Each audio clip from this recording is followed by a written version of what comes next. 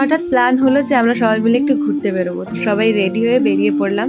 আমরা একটা টোটোতে যাচ্ছিলাম আর দুই দাদা আর ভাই স্কুটিতে আসছিল।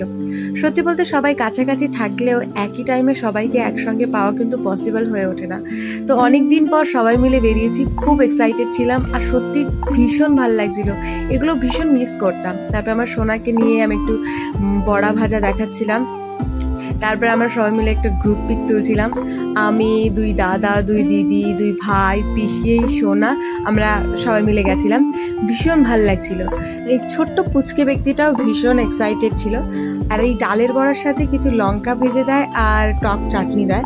আমার কিন্তু দারুণ লাগে এই কম্বিনেশনটা, আর আমি ঝাল খাবার ভীষণ পছন্দ করি।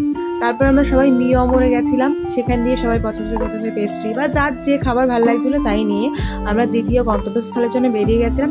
তো বাকিটা নেক্সট ব্লগে দেখাবো। Bye bye. ভিডিওটা ভালো লাগলে লাইক, শেয়ার, সাবস্ক্রাইব করতে ভুলো না।